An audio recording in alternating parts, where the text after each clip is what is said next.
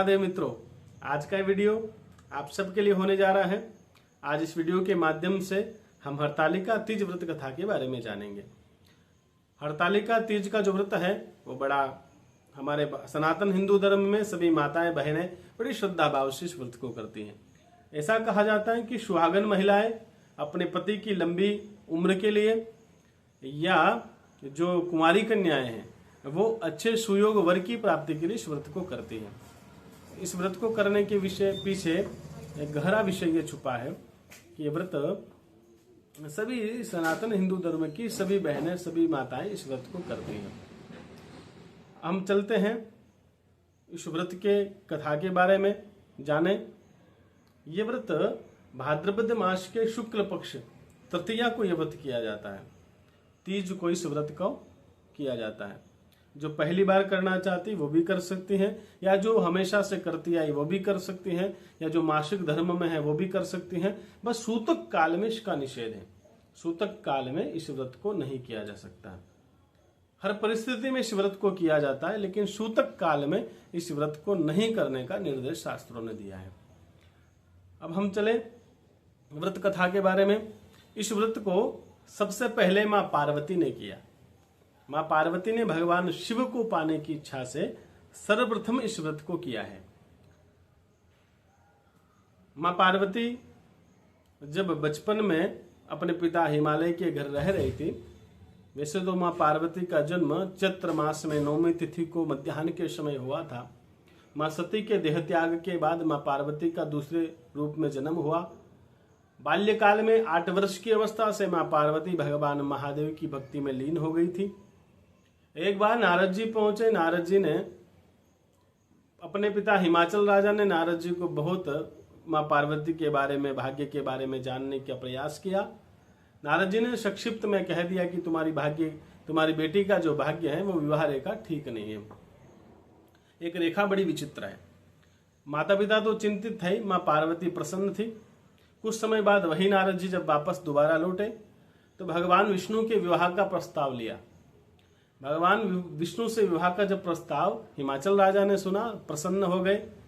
मां मैना भी प्रसन्न हो गई, बोले हमारी कन्या का विवाह विष्णु के साथ हो, इससे अच्छा और क्या हो सकता है। लेकिन बेटी प्रसन्न नहीं थी। बेटी जब प्रसन्न नहीं थी तो बेटी चिंता में डूब गई, दुखी हो गई, मन ही मन विलाप करने लगी, रोने लगी। दुखी मन से अपनी एक सखी के पास गई। सखी को सारा वृतांत बताया। मेरे पिता हिमाचल राजा मेरा विवाह विष्णु से करना चाहते, जबकि मैं चाहती हूं कि मेरा विवाह भगवान महादेव से हो। सखी ने जब जाना, एक सखी ही एक मित्र ही सच्चा साथी होता है। मित्र ने जब जानकर सखी ने मां पार्वती का हरण किया।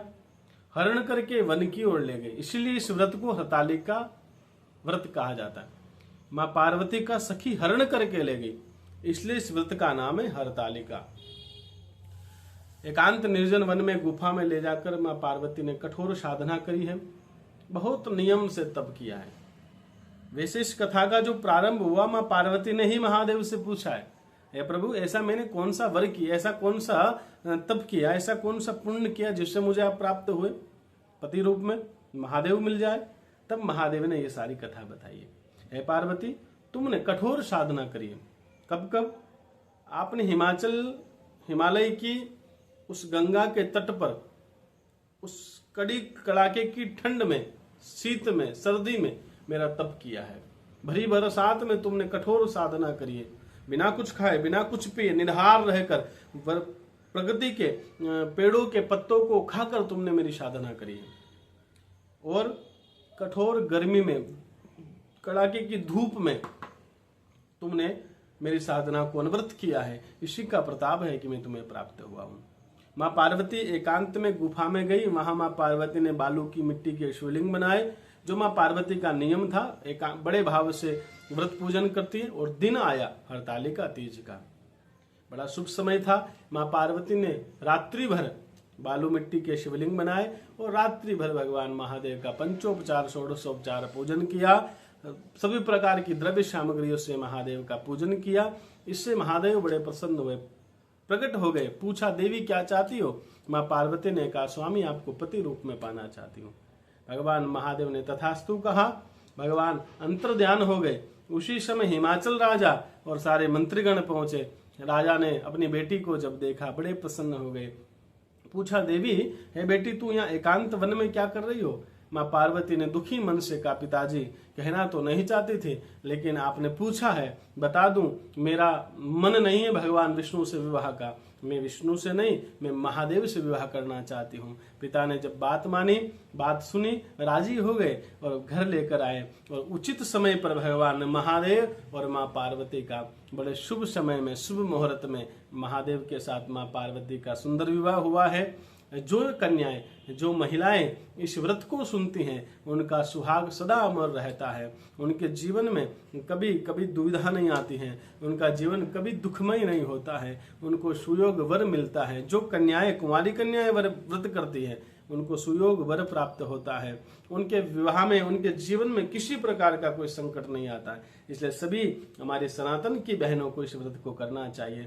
सभी को इस व्रत की अग्रिम शुभकामना, हार्दिक शुभकामना। विशेष है हरतालिका व्रत के दिन जब आप ये व्रत करें, प्रदोष काल में भगवान महादेव का पूजन अभिषेक करें और बड़ा सुंदर श्रृंगार करें। हरी साड़ी, हरी चूड़ियां पहने। बड़ा चूड़ियों का बड़ा महत्व है इस व्रत में, तो हरी चूड़ियां पहने और भगवान के चरणों में, महादेव के चरणों में। महादेव से बड़ा निराला संसार में और कोई देव नहीं है, और कोई दाता नहीं, और कोई ऐसा देवता नहीं है जो आप पर कृपा छोटी सी पूजा में कर दे। महादेव जैसा देव नहीं है। आप महादेव की साधना करें, भक्ति करें, महादेव से जुड़े। आप सब पर महादेव पूर्ण कृपा करें। माँ पार्वती ने पहली बार इस व्रत को किया और सखी हरण करके ले गई, इसलिए इस व्रत का नाम हरतालिका व्रत पड़ा है। हरिओम, हर हर राधे। आपको वीडियो अच्छा लगा हो, आप हमारे वीडियो को जरूर शेयर करें, इस कथा को जरूर सुने और हमारे चैनल को सब्सक्राइब करके धर्म लाभ प्राप्त करें। हर हर महादेव।